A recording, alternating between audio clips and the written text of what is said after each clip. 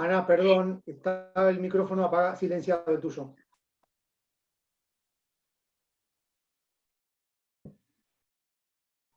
Perdón.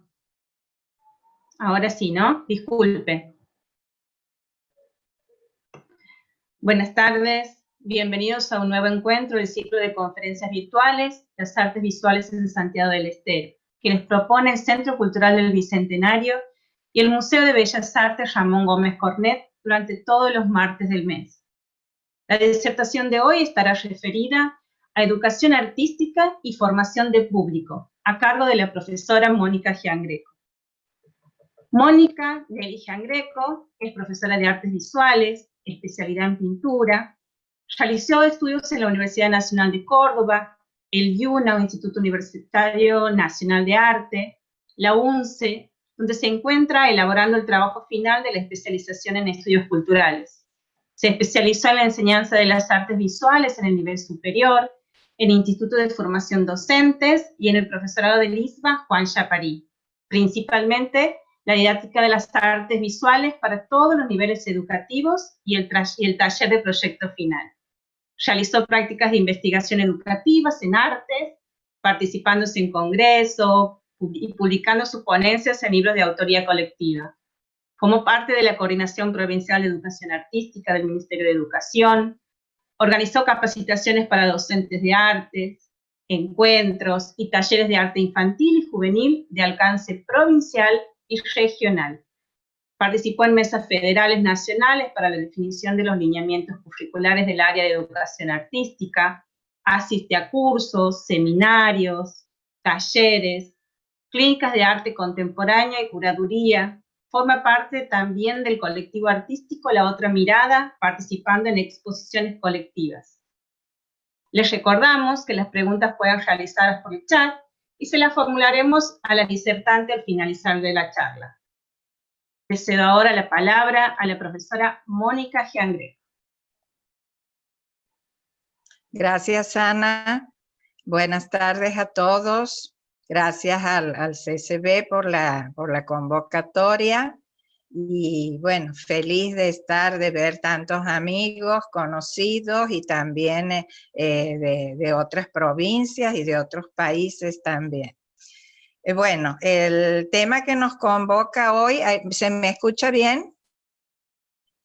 Sí, bueno, listo, muy bien. Hoy nos juntamos entonces para seguir la línea que comenzó Cecilia Teruel y Rodolfo Leñame para pensar y debatir y compartir con ustedes algunas ideas sobre esto desde las artes visuales, la educación artística y la formación de públicos. Digo de un modo situado porque nos vamos a ubicar y a centrar aquí en las artes visuales porque es mi especialidad, pero de todos modos se puede traspolar a otras artes. Cuando nosotros hablamos de formación de públicos, nos vamos a referir tanto a la formación de públicos que puede hacer el museo, el centro cultural, como complejo museístico, y también lo que es la institución escolar. Aquí cuando hablamos de educación, por supuesto estamos hablando de extender y trabajar para que los sujetos del aprendizaje desarrollen ciertas habilidades, conocimientos, competencias, hábitos, valores, etcétera, de una cultura determinada.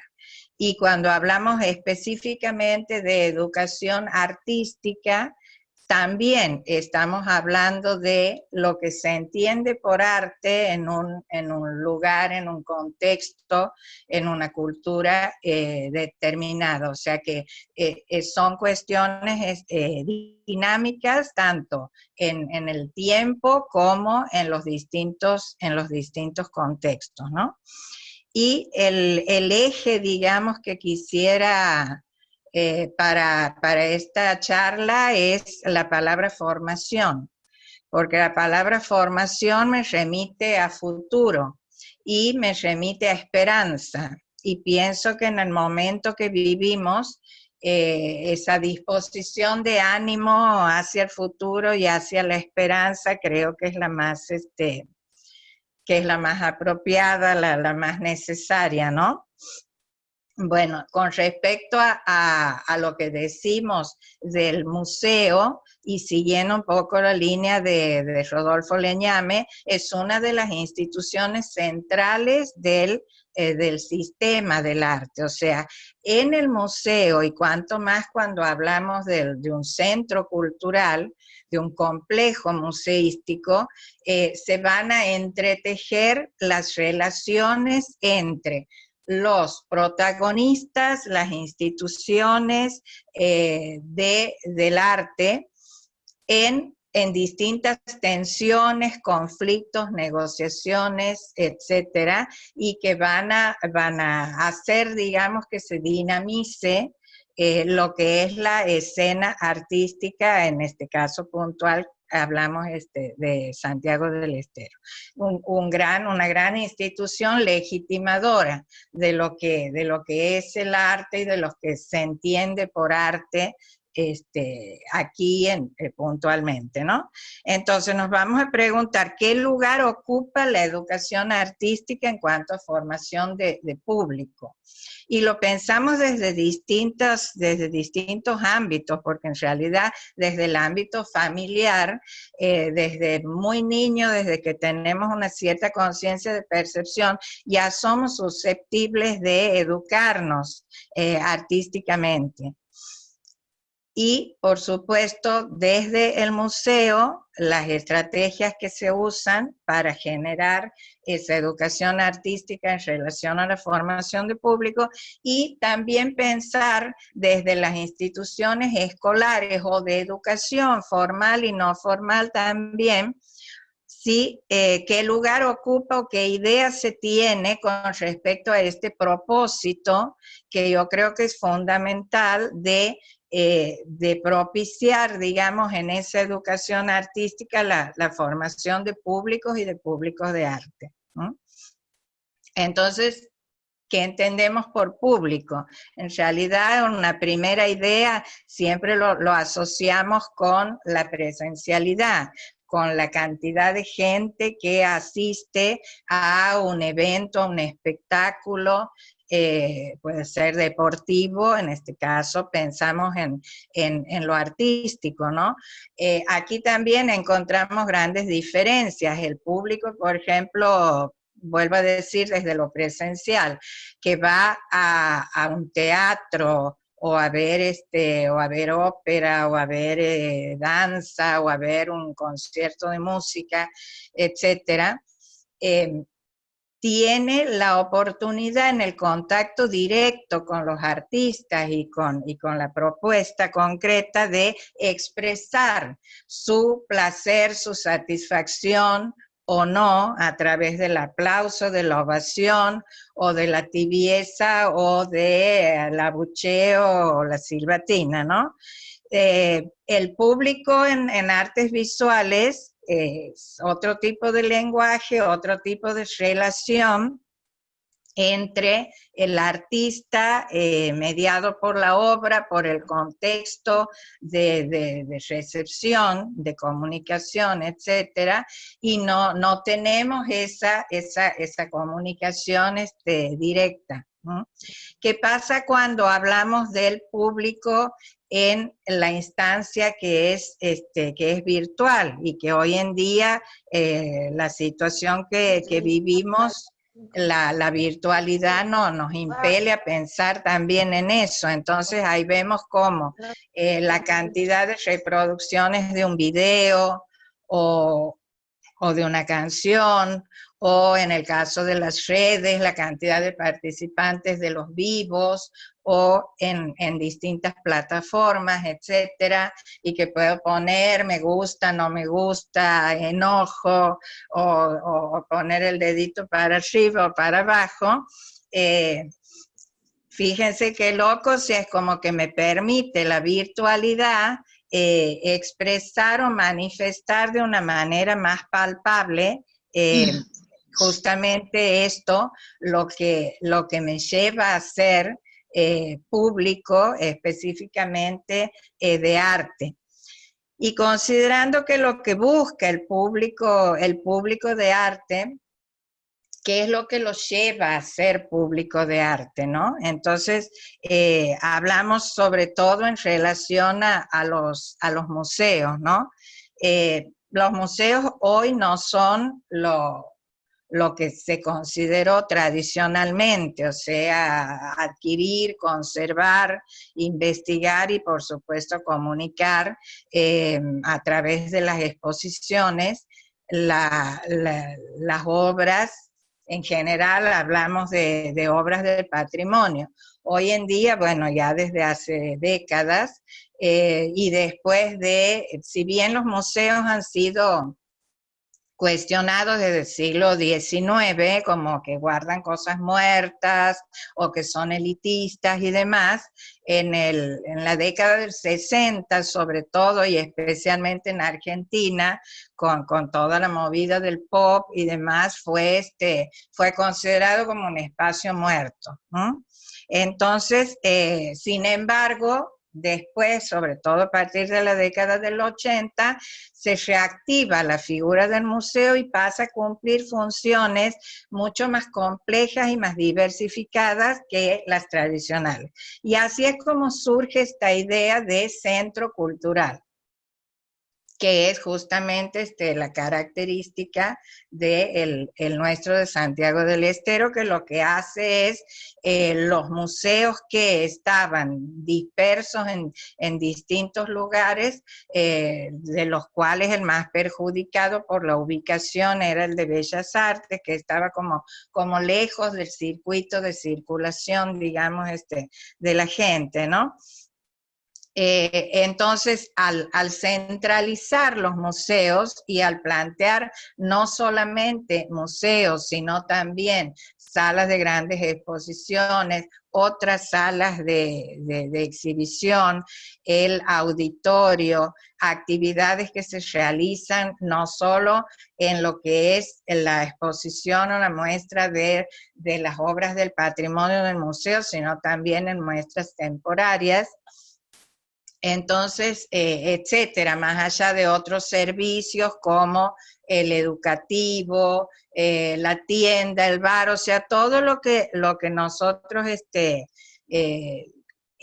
conocemos de muchos museos del mundo, de todos los museos del mundo, entonces también los vamos a encontrar aquí.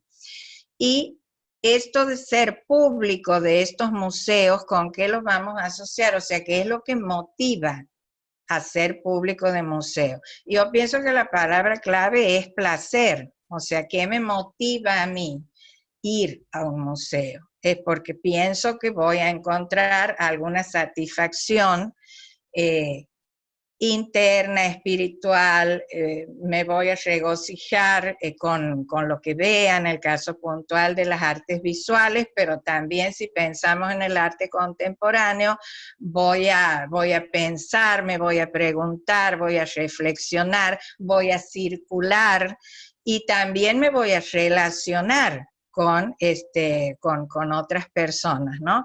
Entonces, Siempre pienso que como público de arte, yo siempre digo que no conozco personas que disfruten más de ir a los museos que yo. Entonces, como público de arte, lo que me mueve a mí justamente es el placer que encuentro en ir a los museos. Ese placer, que por supuesto después va seguido de todo este proceso que estoy comentando, que se hace más complejo, se construye y se aprende, ¿no? Se aprende desde la familia, desde la escuela y también desde las propuestas del museo, ¿no? Entonces, en el caso puntual del Centro Cultural del Bicentenario, nosotros encontramos, si pensamos en propuestas presenciales hoy, se me pone difícil. Entonces, vamos a pensar el museo o el centro cultural desde su propia arquitectura. ¿Por qué? Porque no es solo contemporáneo desde su concepción o desde su conceptualidad, sino también desde su propia arquitectura. Nosotros por ahí asociamos la arquitectura de los museos con los museos tradicionales del siglo XVIII, neoclásico, etcétera. Sin embargo, bueno, hay una arquitectura contemporánea de museos que es muy importante. Y vamos a ver ahora imágenes a partir de una declaración de principios que hace justamente el Centro Cultural. Y vamos a ver imágenes cómo podemos nosotros formar o dar la ocasión para formar públicos viendo la arquitectura misma del museo y sin siquiera que sea necesario ingresar al museo. Así que, a ver, David, vamos a ir viendo entonces, en principio, bueno, saber que el Centro Cultural de Bicentenario surge como una restauración y refuncionalización de un edificio que cumplía otra función, ¿no? De una función práctica, antiguamente casa de gobierno y después jefatura de policía, ¿no? Todos sabemos, los santiagueños, y les cuento a los amigos de otros lugares que nos siguen, el estado en el que se encontraba y la función que tenía. Y en cuanto a lo que definimos como declaración de principios, este espacio de producción cultural que va a trabajar lo que es la identidad y es como una activación patrimonial de los santiagueños, pero que no se va a cerrar en eso, sino que está abierto a todo lo que es la escena y las prácticas contemporáneas del arte. O sea que nosotros, si bien hay museos especializados en arte moderno, arte contemporáneo, nosotros tenemos el Museo de Bellas Artes, pero en general el Centro Cultural hace esa, desde su fundación en el año 2010, como parte de los festejos del Bicentenario de la Argentina, hace esta declaración de principios en lo que considera estas dos cosas. La siguiente. Entonces, vamos a ver, aquí tenemos la fachada principal que da a la Plaza Libertad, que es la plaza central de la ciudad capital de Santiago del Estero, y el interior, que es el gran salón central o patio central. Entonces, aquí tenemos dos concepciones de acuerdo a la arquitectura del museo, ¿no? La primera, en cuanto a la fachada principal, que es la remodelación de edificios históricos o con otra función, lo que decíamos recién. Esta tendencia, por ejemplo, la encontramos en el Museo d'Orsay de París, que digamos, se construye en el año 1900 para la Exposición Universal, después es estación de tren, y en el año 1986-87 se convierte lo refuncionalizan como un museo particularmente impresionista, ¿no? Y en lo que es el sector de la ampliación, aquí vemos cómo lo que se busca es un espacio muy característico, muy difícil de olvidar o de relacionar con otra cosa, impactante, moderno, con algunos elementos que también son históricos o tienen sus años o sus décadas, no sé si tanto como siglos, pero son espacios modernos y que están orientados justamente a la nueva funcionalidad del centro cultural. Este tipo de espacios los encontramos, por ejemplo, que son ampliaciones en el Museo Británico, el patio central, el mismo Museo del Louvre, o sea, todos los museos, aún los antiguos, tienen este tipo de ampliación con una arquitectura muy particular y que generalmente contrasta con lo que es la fachada. Vamos a la siguiente y a analizar las distintas fachadas, porque esta que vemos es la principal, ¿no? Entonces, aquí vemos que si nosotros recorremos las fachadas del centro cultural, nos vamos a encontrar con que es un ejemplo de arquitectura postmoderna, ¿no? O sea, que no niega el pasado. Recordemos que, o sea, lo moderno es lo que va a negar el pasado, va a querer decir esto sirve, empezamos de cero y buscamos algo totalmente original y distinto, ¿no? Mientras que el posmodernismo va a mirar el pasado y va a atender a esto que se conoce como cultura collage, o sea que puede mezclar sin ningún problema distintos temas y distintos estilos, ¿no? En este caso aquí vemos cómo en esta foto del 1900, cómo era la casa de gobierno, ¿no? Aquí vemos la legislatura y aquí cómo, fíjense, ha sido reemplazado este mirador por otro tipo de frontón, por razones de construcción que estaba, bueno, por derrumbarse, ¿no? Esta foto de 1943, y vemos cómo para transformarse en la refuncionalización en el Centro Cultural del Bicentenario, se retoma la primera construcción y se vuelve a construir ese mirador. Entonces aquí tenemos uno de los ejemplos como retoma la arquitectura contemporánea, posmoderna, estilos y formas de un momento histórico. Siguiente. El edificio tiene otra entrada por la peatonal Tucumán. Y en este caso se va más allá en el tiempo y se va a Santiago de Compostela, ¿no? O sea que va a hacer una cita, ¿no?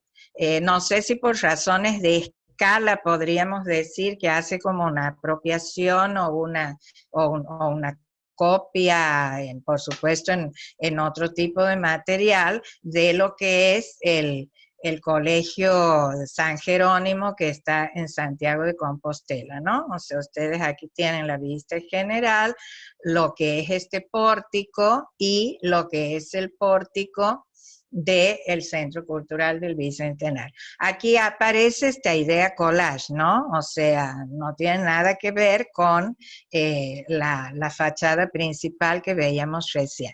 Vamos a la siguiente. La tercera fachada, que es la que da a lo que sería el microcentro comercial de mayor movimiento en la ciudad, porque da al mercado. Entonces, aquí se opta por una fachada moderna. Es un espacio que funciona también como, ahí ustedes ven camionetas, si bien hoy en día hay esculturas, hay otro tipo de montaje en la entrada, pero todo es un espacio para la logística y demás, ¿no? Entonces, aquí también vemos que no tiene... es otro tema, otra estética, otro estilo muy distinto a las dos fachadas anteriores, ¿no? Y si nos vamos, si pudiéramos ingresar, vemos en la siguiente como el patio, digamos, que está en la entrada principal. Cuando nosotros ingresamos desde la fachada histórica de la Casa de Gobierno, este patio está también restaurado teniendo en cuenta eso y corresponde a lo que sería en el primer piso el Museo Histórico, o sea que mantiene, digamos, esa coherencia. Mientras que en el patio central, aquí destacamos esta fuente, que como ustedes ven aquí en esta postal de 1904, estaba en la plaza, después fue trasladado a un lugar, bueno, donde prácticamente desapareció y bueno, gracias a Dios fue recuperada y está presidiendo, digamos, es un placer realmente circular por este espacio y ver en ese lugar modificado, moderno, impactante, vidriado, un techo también que permite el ingreso de la luz natural y demás, encontrar este elemento que nos remite a la historia, ¿no? Gracias, David. Entonces, con esto que vemos que viendo la misma arquitectura del museo considerada como arte, nosotros podemos trabajar en la formación de público.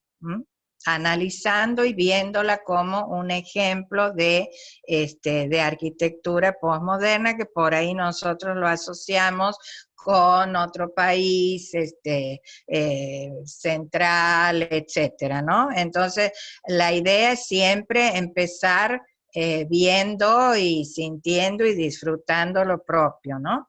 Entonces, cuando seguimos con esta idea de pensar el público y el público de museos, entonces esta diversificación que encontramos, y aquí sí ténganlo en cuenta porque después vamos a ver un videíto que voy a querer que presten atención. O sea, encontramos el público real, el que va por verdadero interés. Por supuesto, ese público real, hay muchas clasificaciones de tipo de público, de acuerdo a su formación cultural, profesional, etcétera. Por ahí no estaría tan de acuerdo porque por ahí esa formación no se equipara necesariamente con el interés o el placer o el aprendizaje de ese disfrute que se siente al visitar un museo, ¿no? También podemos encontrar lo que son los visitantes, o sea, que no van específicamente a los museos, que pueden, por ejemplo, en el caso del centro cultural, yo puedo atravesar ese patio central que vimos recién para ir desde la plaza hacia el mercado, y no necesariamente porque tenga interés de visitar algún museo, ¿no? O ir al bar, o sea, y también hay visitantes como accidentales, que serían sobre todo algunos turistas que van porque están en el grupo y por ahí no es necesariamente ir al museo lo que les interesara, ¿no? También vamos a tener en cuenta que hay distintas edades, entonces, en los museos, ¿qué van a hacer? Van a proponer, sobre todo desde los equipos de educación, pero también desde las propuestas y las curadurías específicas de las muestras de cada museo, actividades y acciones específicas para los distintos grupos etarios. En el caso de los niños, generalmente van en grupos escolares o van con la familia. Digamos que es un rango etario que lo disfruta mucho y digamos que es el grupo al que más hay que apuntar para que aprenda de ese disfrute, desde ese placer, desde la percepción desde lo sensorial, para después avanzar a lo que sería, ya cuando hablamos de jóvenes, sobre todo adolescentes, jóvenes, ir más, apuntar más a lo que es un análisis, una reflexión crítica, una interpretación, una argumentación y demás. Aquí, cuando yo hablo de público y de ir a ver y de ir a transitar estos espacios, no estoy hablando de ir a ver obras puntuales, sino que estoy hablando de ser público del museo, ¿no?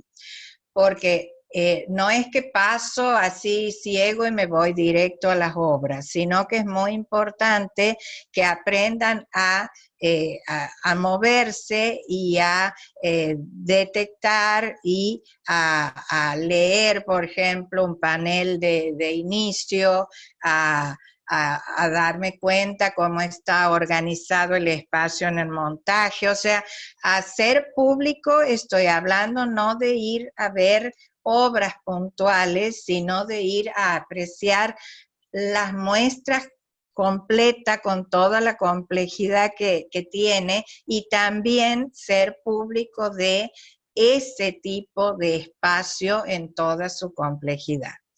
También ellos, sobre todo los niños, tienen experiencias muy, muy especiales en lo que son los talleres, o sea, trabaja tanto el equipo de educación como talleristas externos. Hay muchas personas, hay artistas plásticos, artistas visuales, fotógrafos, curadores, gestores culturales, mediadores, etcétera. O sea, son muchas personas que están abocadas justamente en la diversificación de propuestas para lograr la formación de públicos a través de la educación artística, ¿no? Y también cuando hablamos de adultos, aquí hablamos adultos y adultos mayores, ¿no? Por ahí algunas actividades diferenciadas es una buena opción, y cuando hablamos de adultos también vamos a ver cuándo van, a qué van, o sea, generalmente estas cosas para poder hacer un estudio de público se trabaja con encuestas, con distintos recursos que permiten a partir de eso poder generar, digamos, actividades o experiencias o planificar o programar muestras específicas que tiendan a los distintos públicos, ¿no? Y también tenemos... bueno, las personas con discapacidad, por supuesto, también tienen que ser consideradas, ¿no? Sea visual, motriz o dificultades en la comunicación o lo que fuera. También es importante considerar eso cuando hablamos de público. Y hay un público digamos, culto, diríamos entre comillas, que puede tener una formación o un interés especial en el arte, y también lo que es el gran público. Generalmente en las inauguraciones de las muestras es cuando vamos a encontrar, y aquí es donde les voy a... donde aparece esta interrelación entre público y museo. Por supuesto que cuando yo les digo que hay en esta relación, aquí en Santiago se da una cosa muy puntual y que es como la casa nuestra, el centro cultural. Entonces hay ciertas instancias, ciertas propuestas generalmente de las salas de grandes exposiciones donde nos congregamos todos a disfrutar. Y es una sinergia comunitaria, colectiva, que es parte de nuestra idiosincrasia y que la manifestamos en el aniversario de la ciudad o en el patio del Indio Froilán, o etcétera, ¿no? Esto no quiere decir que no tengamos que poner más el foco, y esto especialmente referido a lo que son las instituciones escolares y los profesores y los docentes de arte, a lo que es justamente esto que tiene la escuela de dar la misma oportunidad a todos. O sea, tener en cuenta sobre todo los niños, porque vuelvo a decir, cuando más pequeños los lleve, voy a tener más posibilidades de que descubran ese placer y quieran después en adultos tener el hábito de volver, lo cual digamos que aporta mucho a la calidad de vida, ¿no? de las personas. Entonces, haciendo esa salvedad, que estemos todos, digo yo, no quiere decir exactamente todos. Incluso aquí estoy viendo que tenemos amigos de Honduras, de Puebla. Me ha pasado ver en museos de Guatemala, de México, cómo encontramos personas del interior, digamos, de etnias específicas, con sus trajes típicos, y que cuando van a la ciudad uno de sus programas es visitar el museo. Entonces, eso por supuesto se construye, ¿m? A partir de la identidad, obviamente, pero es parte de la educación. Entonces, vamos a ver ahora, vamos a ver un pequeño videíto donde quisiera que observen qué tipo de público ven ahí de acuerdo a estas características generales que he estado comentando, ¿no? Esta fue la inauguración de la muestra en la sala de grandes exposiciones de Antonio Berni, Ramona y otras mujeres.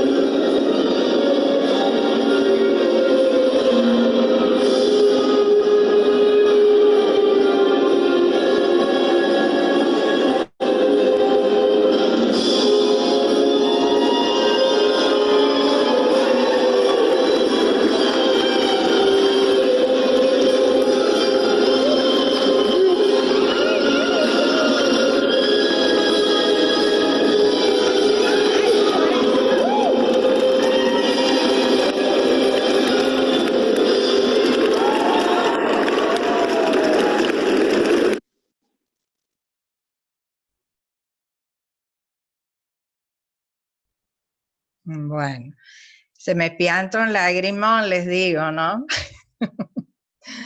Realmente, bueno, ese es estábamos habituados a ese tipo de comunión, digamos, de encontrarnos y de disfrutar. Ahora, si ustedes se fijan, ahí tenemos todo tipo de público, o sea, no está eso digamos, en la sala específica de la muestra, o sea que encontramos gente de distintas edades, familias, niños, y personas que pueden haber ido por distintas inquietudes. Tal vez algunos no tienen idea ni de quién es Berni, pero han ido para disfrutar, para ver los bailes y por razones sociales, ¿no?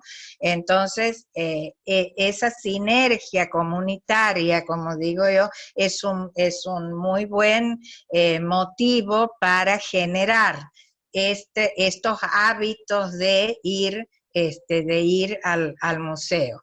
Y ese público potencial por ahí, que es el que no le interesa o cree que no va a entender y demás, bueno, ahí tanto desde el museo como desde la educación artística en las escuelas, se puede hacer mucho para realizar, para transformarlo en el público real, ¿no?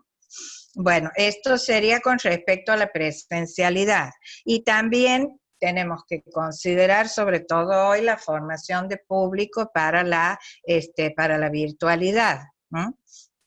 Entonces, aquí tenemos, bueno, sin ir más lejos, este tipo de propuesta a través de las redes o distintos vivos o plataformas que también son muy interesantes para trabajarlos desde la educación, digamos, desde los distintos niveles escolares, y también se trabajan muy fuerte y se han desarrollado de una manera exponencial con la pandemia, son los museos. Entonces, así encontramos muchas experiencias que pueden pasar. Bueno, la que más impactó al principio de la pandemia fue una propuesta del Getty Center, que a través de Twitter propuso que las personas desde sus casas hicieran la recreación de obras artísticas preferidas o de su interés o lo que fuera. Y esto se viralizó con miles y miles y miles de posteos, ¿no?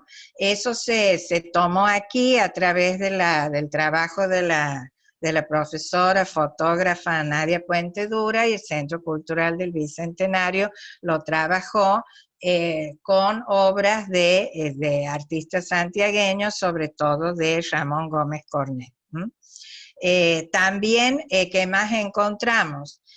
Por ejemplo, liberación de textos que sabemos que son los libros editados por museos y que se venden en las bibliotecas o en las tiendas de los museos y que son bastante caros.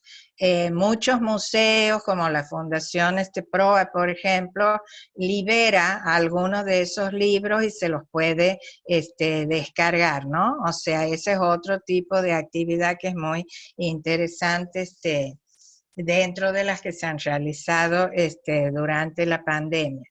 Y todo lo que hacen los docentes, que yo sé que muchos de los que están deben estar pensando todo lo que se sacrifican, todo lo que ya está comprobado por encuestas que se han hecho, que están trabajando más que en momentos de presencialidad, y que tienen que trabajar desde esta instancia. Generalmente en la educación artística a nivel institución escolar se ha trabajado en la producción en arte. Eso, por supuesto, ha ido cambiando con los distintos enfoques y paradigmas, no solo del arte, sino también de la educación artística. Pero es importante ahora, sobre todo, enfocarnos en esta instancia de virtualidad en lo que es la formación de públicos de arte, a través de propuestas que aún en la virtualidad tienen que tender a hacer trabajos de experiencia, trabajos de experiencia compartida, no solamente entre los docentes, que hablamos siempre de una modalidad de proyecto, interdisciplinario, pero más me gusta la palabra colaborativo, ¿no? Porque nos centramos más en las personas, ¿no?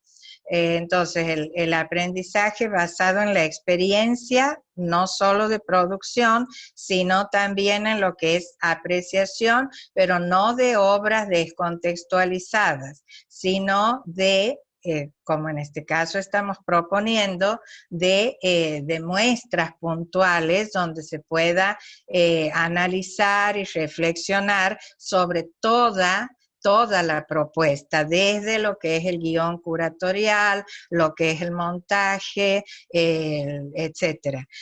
No solamente las obras. Y también para esto ayuda muchísimo otra cosa que hicieron los museos referido a la virtualidad, que es esto de generar las visitas virtuales 3D, que el Centro Cultural de Bicentenario en el Museo de Bellas Artes la tiene disponible, y también podemos buscar de otros museos de la región, del país, de Latinoamérica, por empezar siempre por lo propio y por supuesto irnos después, que hoy en día con la pandemia hemos aprendido lo pequeño que es el mundo, entonces está bueno, y es también como una obligación moral, pienso, de todos los docentes, trabajar esto de abrir los abanicos y de poner en diálogo por ahí un artista de Corea con uno de Perú y otro de Mendoza, por decir algo, ¿no? Entonces, desde la virtualidad, y también considerar muy especialmente lo que son las tecnologías. O sea, trabajar tanto desde producciones que podemos considerar artísticas como videoarte o documentales o todas instancias ficcionales, metafóricas, filmación de intervenciones, de instalaciones, o sea, tipos de propuestas que tengan que ver con el mundo de la tecnología y de la pantalla a la que están habituados, digamos, los niños y los jóvenes con más razón, ¿no?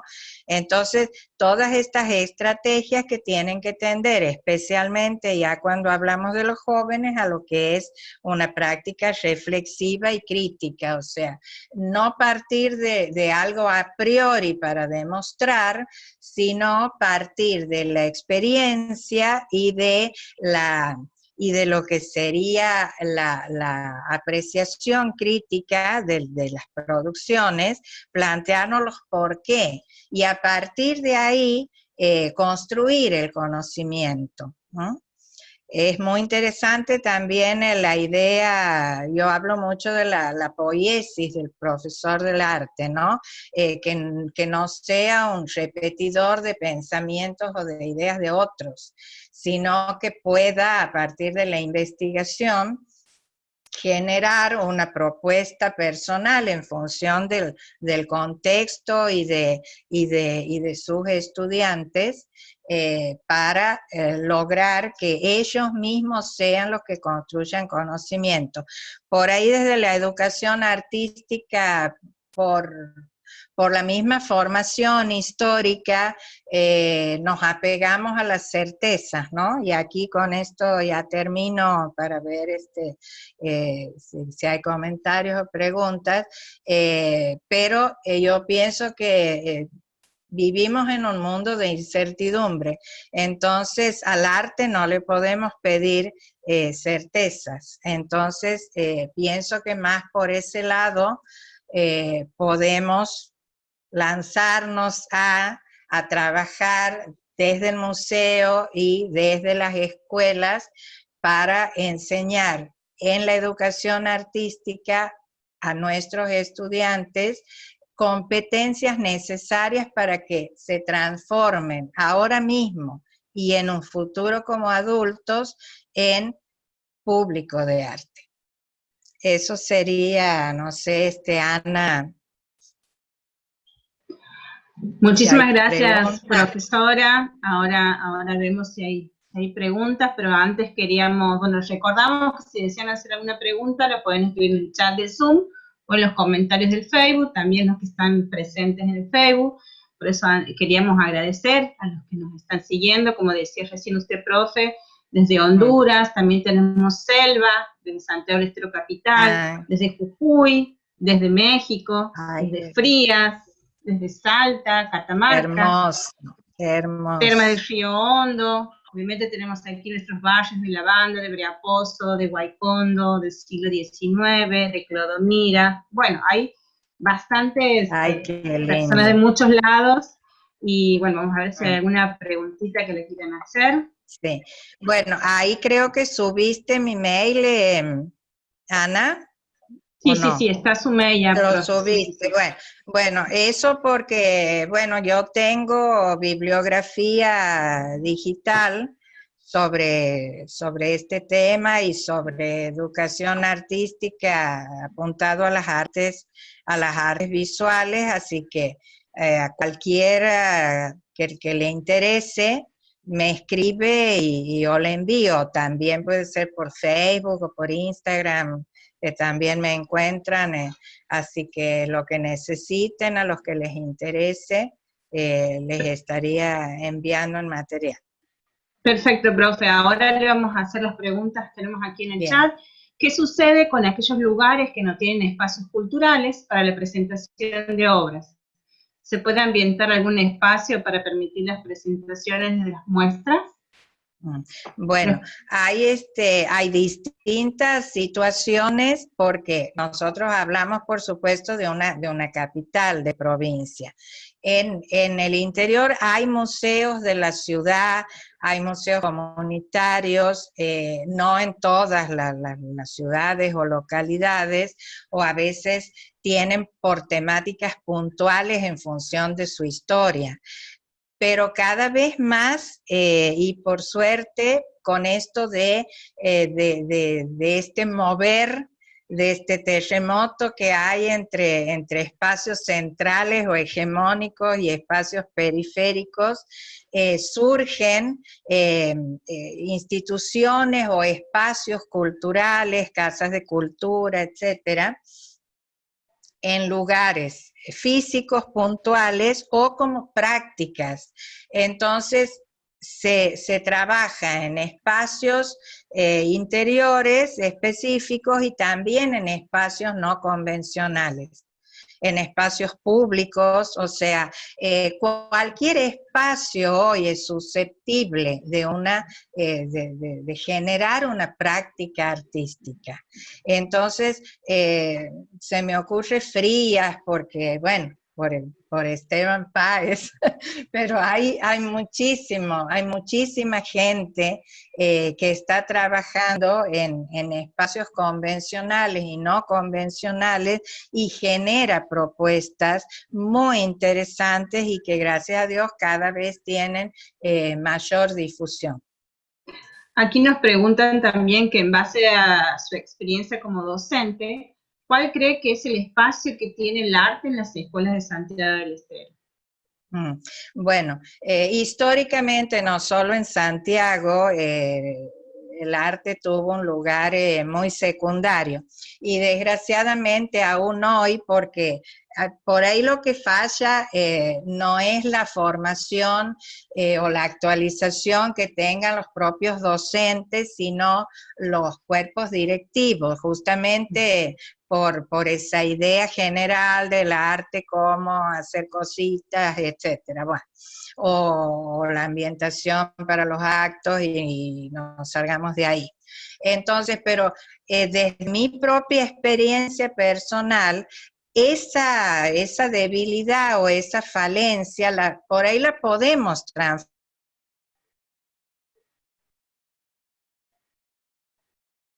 en fortaleza. Porque, ¿qué pasa? Sabe de arte y me está pidiendo, etcétera. Justamente por lo mismo que no sabe, yo haciendo uso de mi independencia de cátedra junto con mis colegas, puedo generar trabajos colaborativos, proyectos específicos, activos, de experiencia, de significación y contextual, social para los chicos, y cuando los directores ven el resultado, no solo aceptan, sino que se lucen y quieren figurar también con lo que hacen sus profesores, ¿no? Entonces yo pienso que como todo, es un espacio de tensión, de negociación, pero que también tenemos que ver de qué manera podemos transformar ciertas debilidades en fortaleza.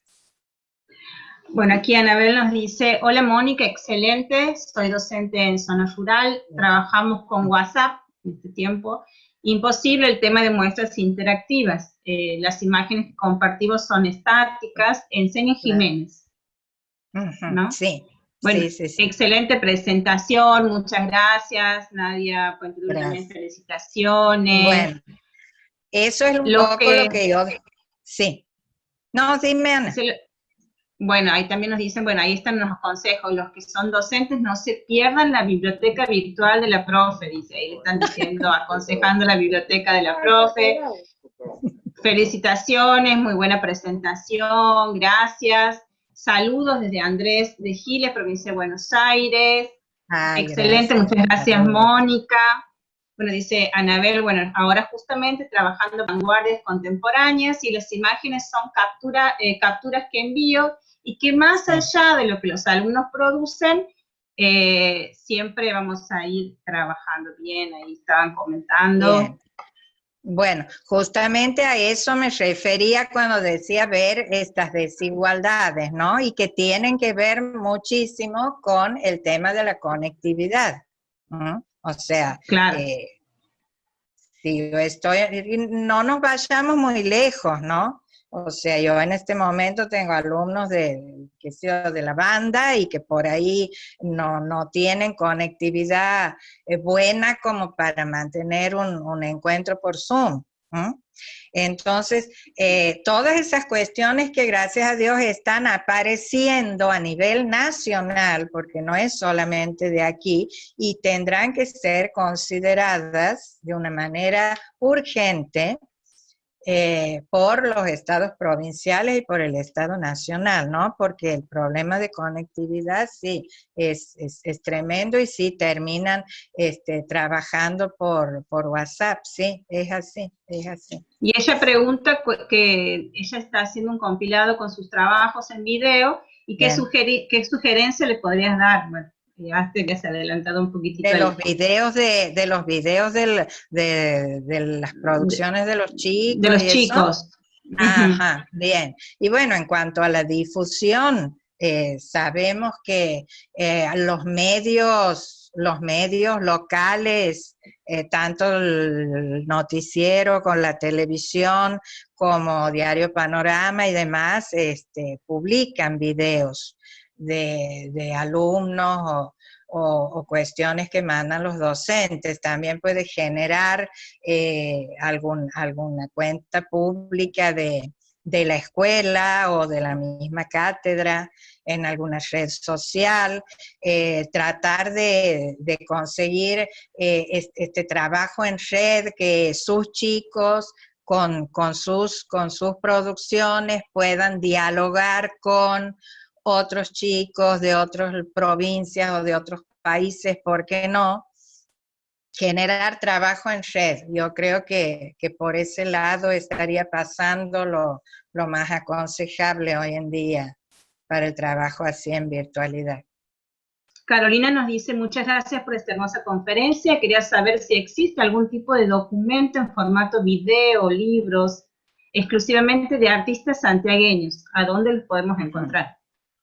Bueno, específico de artistas santiagueños, Marta Flores Taboada publicó y tiene dos ediciones allá hace unos años sobre la plástica en Santiago del Estero, pero no estoy segura de que esté en circulación en librerías en este momento, ¿no?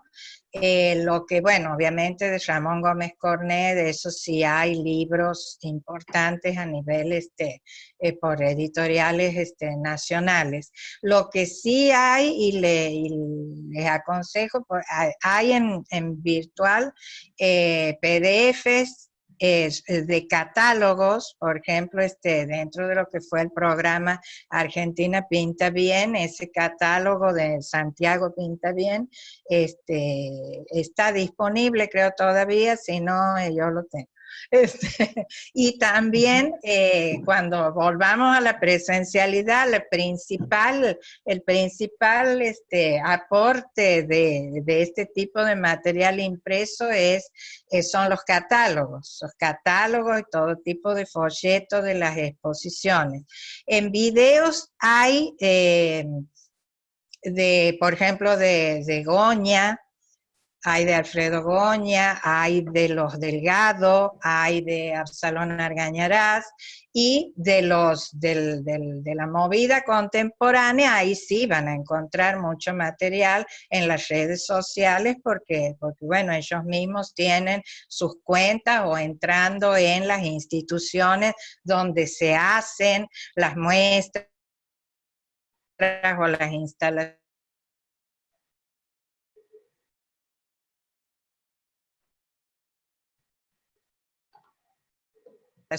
La Casa Argañarás Alcorta, las cosas, ¿no? Ahora más tenemos que ir por esos otros rumbos que son los que aparte están más activos y están todo el tiempo incorporando cosas nuevas. Bueno, aquí tenemos otra pregunta de Cecilia, dice, como docente de arte, ¿qué consigna para recorrer una expo le daría a un grupo de personas que visitan una muestra? Por ejemplo, la de Bernie que mostraste recién, y bueno, excelente tu exposición, muchas gracias.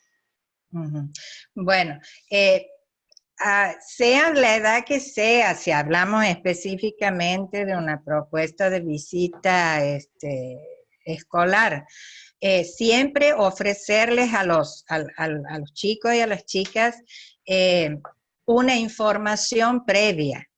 ¿no? O sea, buscar material, informarse uno, investigar uno mismo y ofrecerles una información previa para que ellos puedan ya ir con alguna idea o generando. La idea es como ir a una cita, ¿no? O sea, despertarle nervios, dudas, prejuicios, expectativas. Bueno, ir a una muestra es eso, es como ir a una cita. Entonces, despertar en los chicos ese interés y esas dudas y ese entusiasmo. Entonces, ¿eso cómo lo voy a hacer? Mostrándoles, llevándoles información básica, pidiéndoles que ellos hagan propuestas de qué podrían hacer y demás.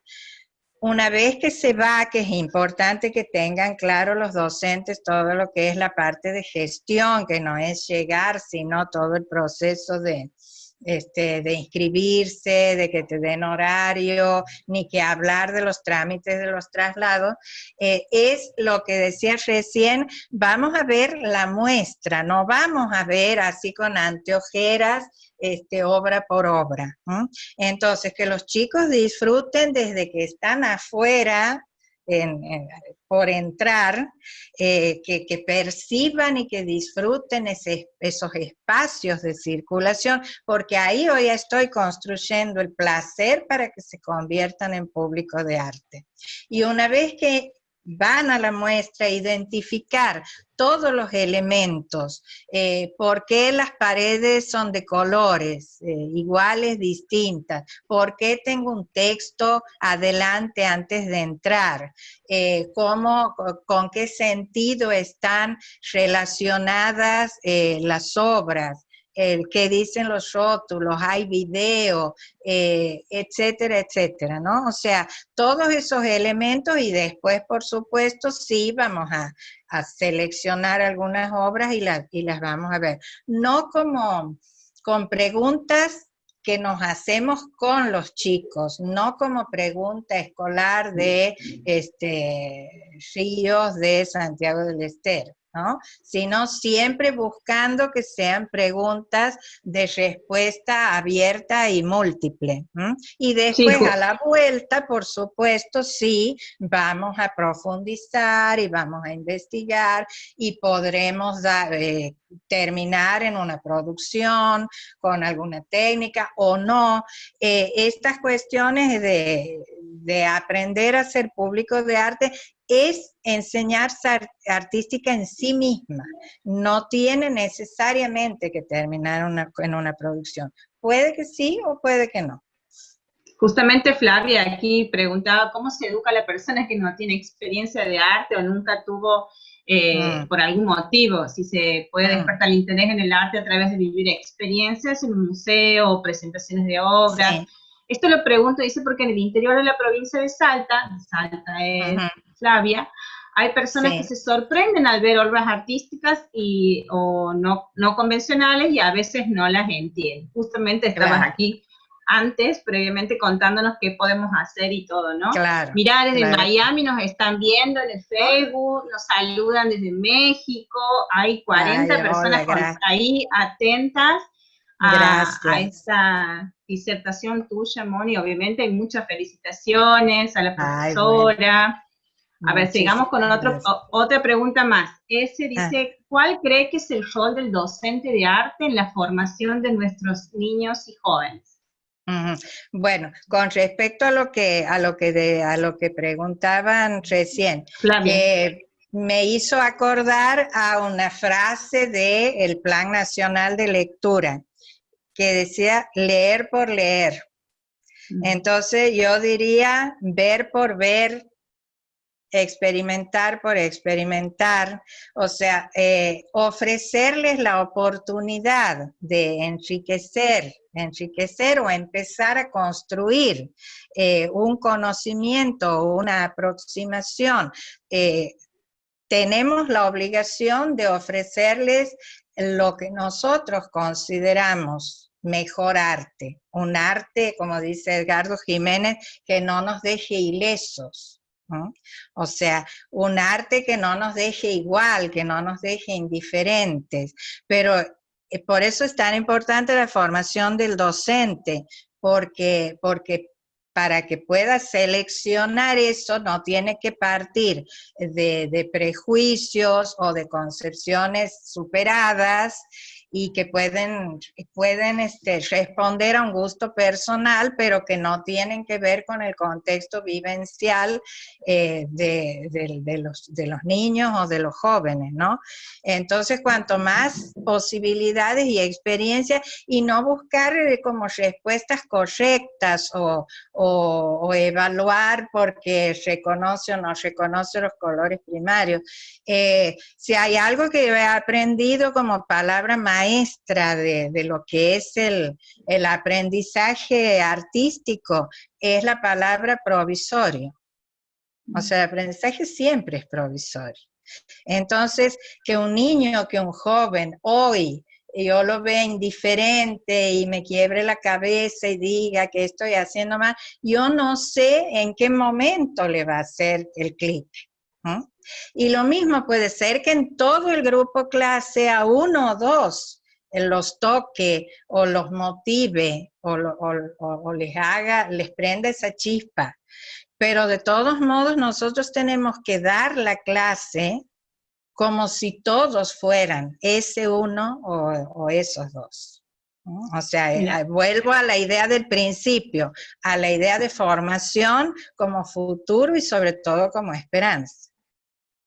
Mira, aquí hay un comentario en el Facebook que me encantaría que lo escuches. Dice Luisa, parecen excelentes las propuestas para la formación del público de arte y sobre todo la que apunta a comenzar desde la niñez, ya que los niños son muy observadores y a la hora de emitir un comentario se sorprenden, ¿no? Los jóvenes también, cuando tienen oportunidad, son muy críticos y nos dan una visión a veces impensada. Hablando de los niños, vos, Moni, que en eso tienes una experiencia bastante importante en todo lo que haces tu trabajo, ¿sí?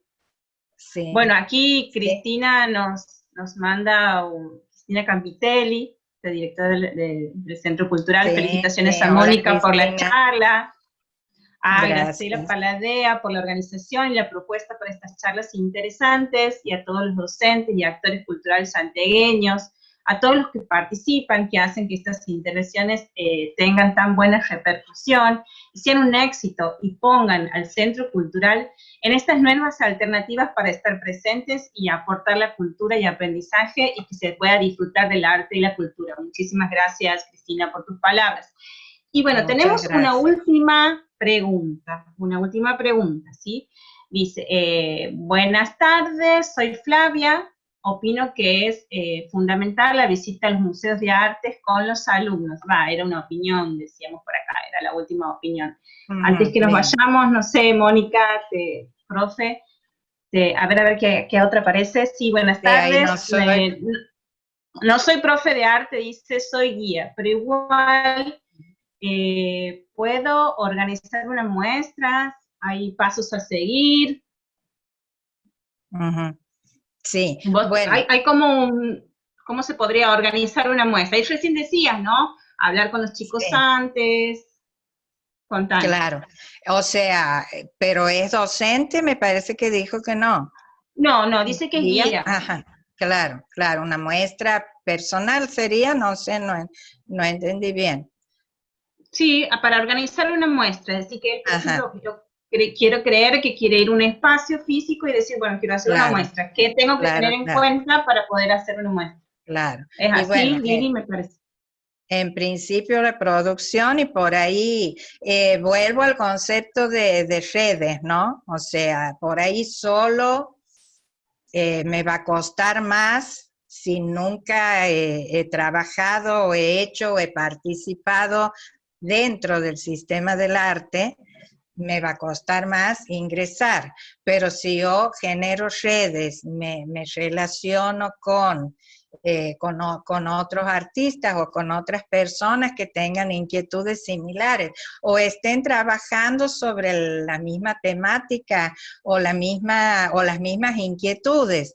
Hoy en día el arte en estos tiempos ya de metamodernidad, porque ya fue la posmodernidad, es del presente y es contextual y trabaja con temas que nos duelen. Entonces, crean mundos a partir de esas problemáticas ambientales o con ideas de género o femicidios, etcétera, etcétera. Y a partir de ahí, buscar personas que estén más o menos en mi misma línea de pensamiento o de acción, y a partir de ahí generar o empezar a buscar. Por supuesto que tendrán que elaborar un proyecto y presentarlo en algún espacio formal, institución formal o no. Y también hay muchas muestras que por ahí para lanzarse está interesante en estos tiempos, las muestras virtuales. Generar un grupo o una cuenta pública también puede ser y trabajar en lo que es una muestra virtual. O sea, todo, digamos, es posible. Hoy en día tenemos una mayor activación de propuestas justamente por esta virtualidad exigida, pero que pienso que se tiene que quedar en la nueva normalidad. Agua Fuerte nos dice, siempre elocuente hasta en tus consejos, profe querida. Gracias, Ay, bueno, a la gestión del Centro Cultural por acercarnos a los referentes de cultura de nuestra provincia. Emocionan los mensajes, ¿no? Felicitaciones, Mónica, la charla es muy buena, clara para explicar los conceptos. Bueno, les recordamos a todos que estas conferencias quedan grabadas en el Facebook del Centro Cultural. Lautaro nos dice, muy buena exposición, soy Lautaro. Mi duda es, ¿cómo es el protocolo para poder concurrir con los alumnos al Centro Cultural? Para tener en cuenta cuando vuelvan las clases presenciales y para poder ir con los estudiantes. Claro, bueno, tienen que hablar cuando volvamos a la presencialidad, esperemos que no falte mucho. Pienso que lo más directo va a ser hablar y después presentan una nota al Departamento de Educación solicitando con todos los datos de los chicos, la escuela, el director, permisos de los padres, etcétera, etcétera, y ahí les dan un día y un horario determinado. Bien. Bueno, profe, bueno, mira, quiero terminar con una frase que la he escuchado ayer de un director de cine, y yo pienso que en mucho de esto hace la disposición de espíritu, ¿no? Y sobre este tema y sobre todo en el arte, que necesitamos como un cariño especial. Bertrand es el apellido, un director de cine y activista medioambiental. Él dice, ya es demasiado tarde para ser pesimistas. Me parece una frase que cala hondo y es como para tenerla en una mesita de luz. Ya es demasiado tarde para ser pesimistas. No solamente con la frase, sino con sus ojos de emoción, profe. Está emocionada y nos está emocionando a todos. Agradecemos muchísimo. Bueno, me quedo con un comentario del Facebook de Luisa. Dice, la hora de planificar las muestras o exposiciones, sería muy acertada la propuesta de una encuesta para ver el interés de cada grupo, y así ese público va a seleccionar a qué muestra asistir. Claro. Se evitará la aglomeración de la gente y todo lo demás. Exacto, muy bien. Nuevamente, profe, muchísimas gracias a todos los que están en este momento, tanto en Zoom como en el Facebook. Agradecemos enormemente con esa emoción que nos despide la profe Gianbretto por su charla, y los invitamos para el próximo martes 22 de septiembre, también a las 18:30 horas, para la nueva conferencia que sería Los Delgado y la Escultura, a cargo del profesor Roberto de Berlet. Asimismo, queríamos recordarles que paralelamente los días jueves continúa desarrollándose el ciclo organizado por el Centro Cultural y el Museo Histórico Orestes Di Lulo, referido al folclore de Santiago del Estero. Y este jueves 17 tendrá la disertación Las expresiones de la música y la danza en la cultura santiagueña, a cargo de Alejandra Santillán. Muy buenas tardes. Chao, gracias al CCB y a todos los amigos por acompañarnos.